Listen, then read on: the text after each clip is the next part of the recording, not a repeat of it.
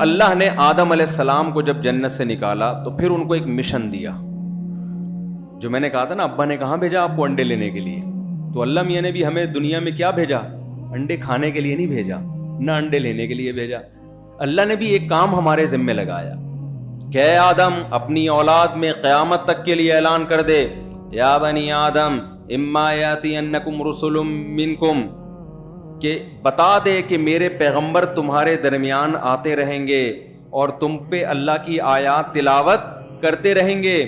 تو جو ان پیغمبروں پہ ایمان لائے گا اور نیک عمل کرے گا, فَلَنُحْيِيَنَّهُ حَيَاةً طَيِّبَةً, دنیا میں بھی پاکیزہ زندگی دیں گے اور آخرت میں بھی اسے اس جنت میں ہم دوبارہ داخل کر دیں گے جہاں سے آدم کو نکالا گیا تھا. تو اللہ نے ہمیں کس کام کے لیے بھیجا؟ پیغمبروں پر ایمان لے کر آؤ اور پیغمبروں کی تعلیمات کو فالو کرنا شروع کر دو. پیغمبر نے کہا یہ کام کر لو تو کر لو, کہا کہ یہ کام مت کرو تو اس کام کو چھوڑ دو. یہی آزمائش ہے. لِيَبْلُوَكُمْ أَيُّكُمْ أَحْسَنُ عَمَلًا, اللہ نے اس لیے ہمیں بھیجا. اللہ ہمیں دیکھنا چاہتا ہے کہ تم عمل کیسا کر رہے ہو, اچھا عمل کر رہے ہو یا برا عمل کر رہے ہو. اچھا کرو گے واپس جنت میں لے آؤں گا, برا کرو گے جہنم کی آگ میں تمہیں ڈال دوں گا. ہم نے کیا کیا؟ ہم دنیا میں آئے اور اس کے بعد بھول گئے کہ ہمیں کس کام کے لیے بھیجا گیا تھا. کیوں؟ ہمارے دماغ میں یہ ہے ہی نہیں کہ ہمیں اللہ نے بھیجا ہے. ہم کہہ رہے ہم تو خود بخود پیدا ہو گئے, ہم خود بخود دنیا میں کچھ بھی نہیں ہوتا بھائی. اللہ نے اپنے ارادے سے ہمیں پیدا کیا ہے.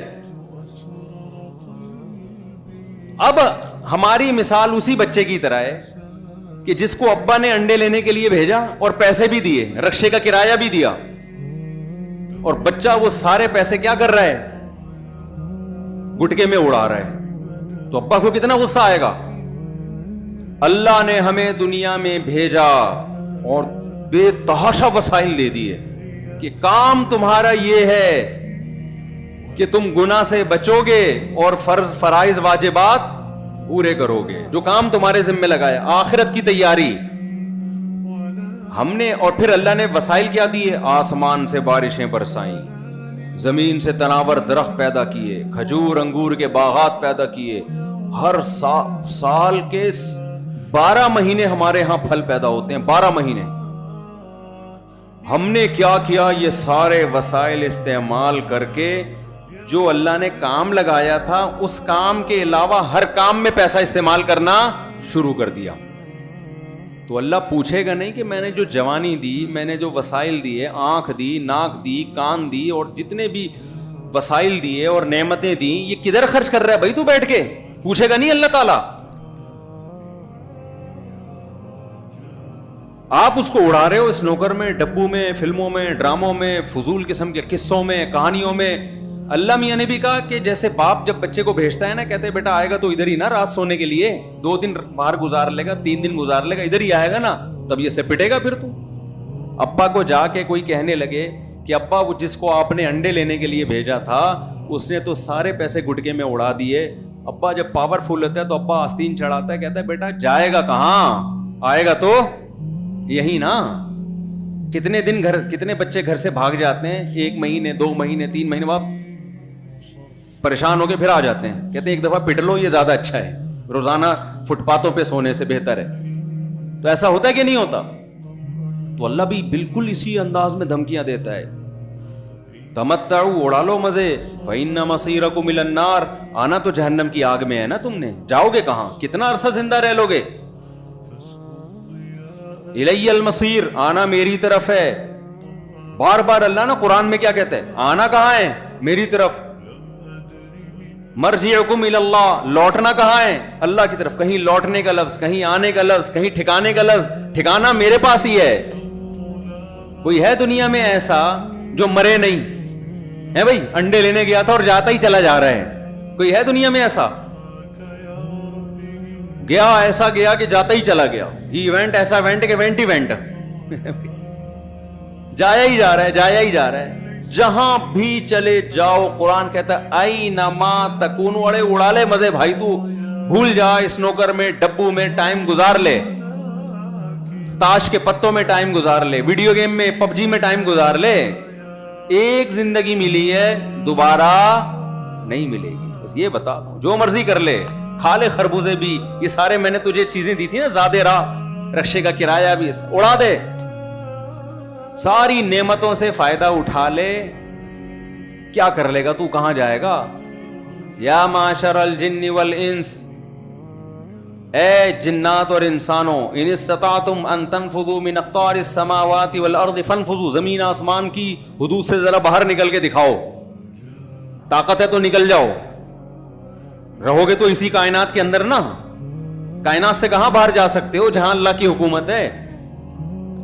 تو اللہ کہتے ہیں نکل جا بھائی تو. جیسے ابا کیا کہہ رہے, کوئی محلے کا کوئی ہو نا بڑا دادا ہو, وہ پورا اس کا علاقہ ہے اور چاروں طرف سے بیریئر لگایا ہوا اس نے, اور آپ اس کی بدماشی سے بچ کے جا رہے ہو, کہے گا جائے گا کہاں بیٹا, ہے بھائی, ہے تو ہمارا علاقہ نا, کہاں چلا جائے گا.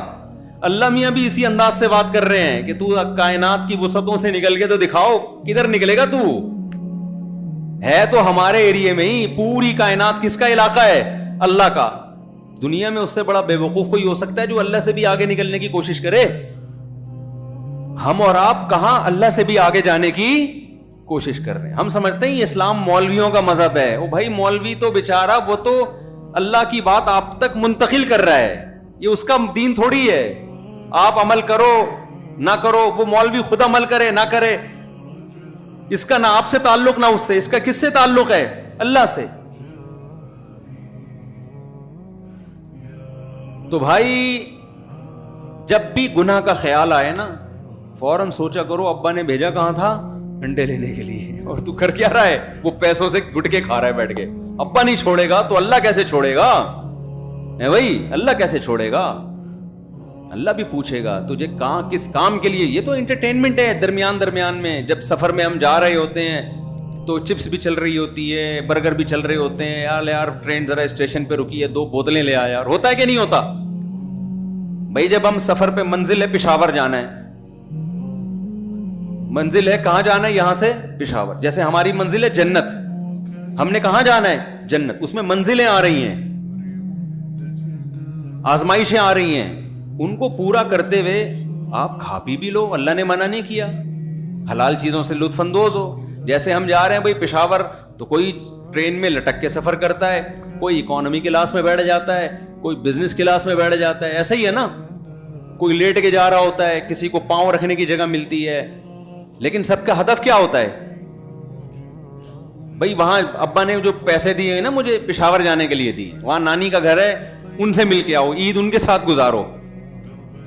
اب کسی کے پاس وسائل کم ہیں, وہ بھی لطف اندوز ہوتا ہے, وہ کم لطف اندوز ہوتا ہے. کسی کے پاس وسائل زیادہ ہیں, وہ زیادہ لطف اندوز ہوتا ہے. اب جس کے پاس وسائل زیادہ ہیں وہ کیا کر رہا ہے جی, ملتان اسٹیشن پہ لے آ بھائی ایک برگر لے آ یار, یا پراٹھے مل رہے ہیں ذرا پراٹھے لے آ یار, یہ لے آ وہ لے آ. اب اس کو مزہ اتنا آنا شروع ہو گیا ملتان کے, اس کو سوہن حلوہ اتنا اچھا لگا, اسٹیشن پہ ہی اتر گیا, حلوہ کھا رہا ہے. اب ٹرین پومپ پومپ کر رہی ہے, چل رہی ہے, لوگ بلا رہے ہیں آ جا, کہہ رہے ہیں میں کیوں آؤں, یہاں حلوے میں مزہ اتنا آ رہا ہے, اتنا ٹیسٹی حلوہ ہے, تو ذرا ڈرائیور کو جا کے کھلا.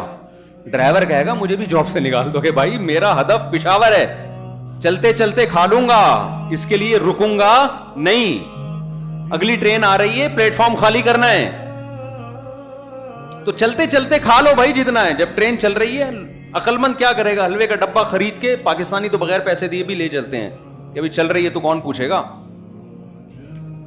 وہ سیٹ پہ بیٹھ کے کھائے گا. یار سفر جو منزل ہے نا اس میں خلل نہیں آ, چلتے چلتے جو ہو جائے. اور اگر نہیں خرید سکتا چھوڑ دے گا وہاں پہ, چھوڑو یار پشاور پہنچ کے نانی کے گھر گاجر کا حلوہ کھائیں گے, وہ سچی مچی کا حلوہ ہوگا. یہ تو اسٹیشنوں پہ تو پتہ نہیں حلوے بھی کس قسم کے مل رہے ہوتے ہیں. تو اللہ میاں نہیں بولا ہے کہ یہ جو تمہیں دنیا کی انٹرٹینمنٹ ہے نا, یہ سارا چائنا کا مال ہے جو تمہیں مل رہا ہے. اصل کہاں ملے گا؟ جنت میں. اس کے سائیڈ افیکٹ بھی بہت ہیں. دنیا میں جو زیادہ مزے اڑا رہے ہیں, زیادہ ٹینشنیں بھی اسی کے ساتھ ہیں.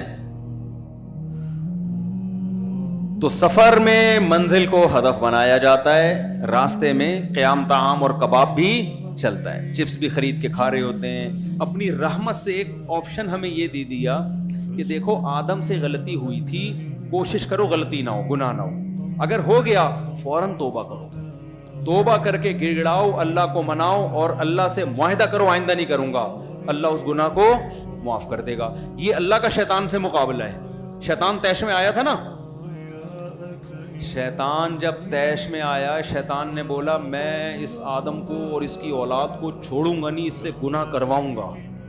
اللہ بھی اب کو بھی غصہ آیا. اللہ نے بولا تو بڑے فارم میں آیا ہوا ہے, بدماشی دکھا رہا ہے میرے دربار میں, تو یہ سن لے کہ ان میں سے جس سے گناہ ہوا اور اس نے توبہ کر لی تو میں بھی معاف کر دوں گا اس کو. سمجھ میں آ رہی ہے بات؟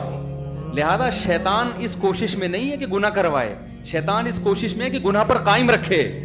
اس کو پتا ہے گناہ کروانے سے بات نہیں بنے گی, کنٹینیو گناہ کرواتے رہنے سے معاملہ خراب ہوگا, توبہ نہیں کرنے دو اس کو. یہ مطلب نہیں ہے کہ اب آپ گناہ کریں تاکہ بعد میں توبہ کر لیں. حضرت حکیم اختر صاحب رحمہ اللہ کہتے تھے کہ جو آدمی اس نیت سے گناہ کرتا ہے کہ میں توبہ کر لوں گا, وہ ایسے ہے جیسے اس نیت سے اپنے آپ کو زخمی کرے کہ میں بعد میں مرہم لگا کے علاج کر لوں گا. بھائی ایک زخم ہو جانا تاکہ علاج کر لے اور ایک زخم کرنا اس نیت سے تاکہ علاج کرے, دونوں میں بڑا فرق ہے. تو گناہ سے اپنے آپ کو بچاؤ, ہو جائے تو کیا کرو, اللہ کے سامنے گڑ گڑا کے توبہ, کوئی لاجک پیش نہیں کرو.